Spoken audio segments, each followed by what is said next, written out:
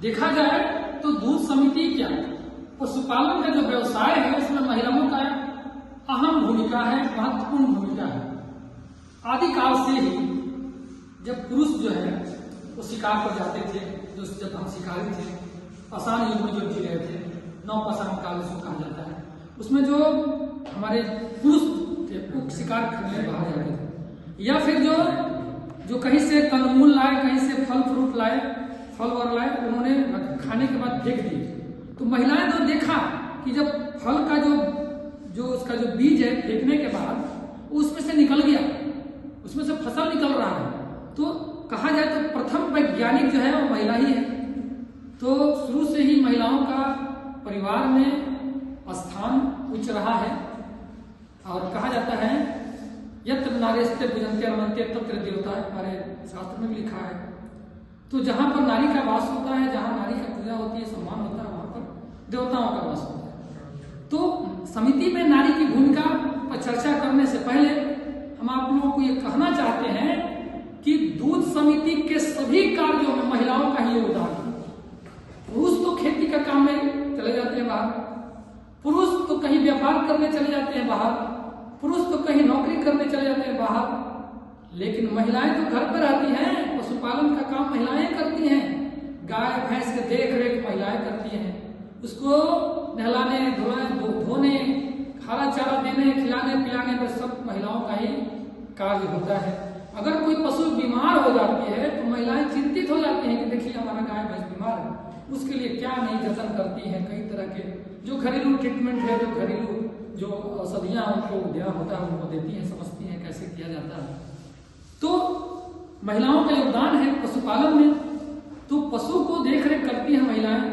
हमारे बिहार के में तो महिलाएं करती ही अच्छा से, पूरे देश में जहां जहां भी पशुपालन का कार्य होता है अच्छे ढंग से, वहां पर महिलाएं जो है पशु का दूध निकालना भी वही करती हैं।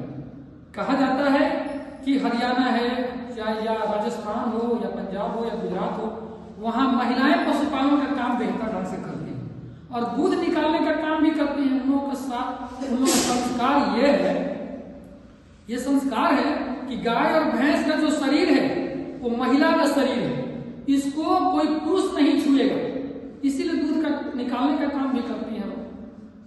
तो दूध समिति जब से ये हम लोगों ने बनाया, गठन किया, तब से महिलाओं का भी हमने स्थान रखा हम लोगों ने, और उसमें 30%, 25%, 40% तक महिलाओं का सदस्यता भी रहती है। लेकिन प्रबंध कार्य कमेटी में 50% महिलाओं का आरक्षण है, केवल बिहार में है 50% आरक्षण महिलाओं का दूध समिति के प्रबंध कार्य कमेटी में है। कई गांवों में तो महिला समिति ही है जहां के सारे सदस्य महिला हैं, सारे कमेटी के सदस्य महिला हैं, अध्यक्ष सचिव महिला ही है। कितने तो कृत्रिम गर्भाधान की प्रशिक्षण प्राप्त करके एआई के कार्य भी महिलाएं कर रही हैं, कितना को तो पुरस्कार भी मिला है। और हमारे संस्था में इनका कितना लोगों का योगदान है आगे बढ़ाने में। और कुछ दिन पहले हमारा महासंघ है जो बिहार राज्य दुग्ध सहकारी महासंघ के प्रबंध निदेशक के पद पर महिला ही रही है।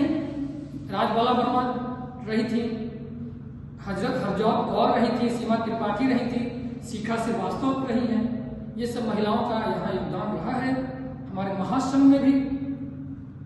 और कहा जाए तो महिलाएं जो है जब देश का प्रधानमंत्री का कार्य कर सकती हैं, राज्य के मुख्यमंत्री का काम कर सकती हैं, IAS IPS बन सकती हैं, टीचर बन सकती हैं, दूध समिति में भी महिलाएं अच्छे से काम कर सकती हैं, और उनको प्रोत्साहित करना हमारा कर्तव्य बनता है।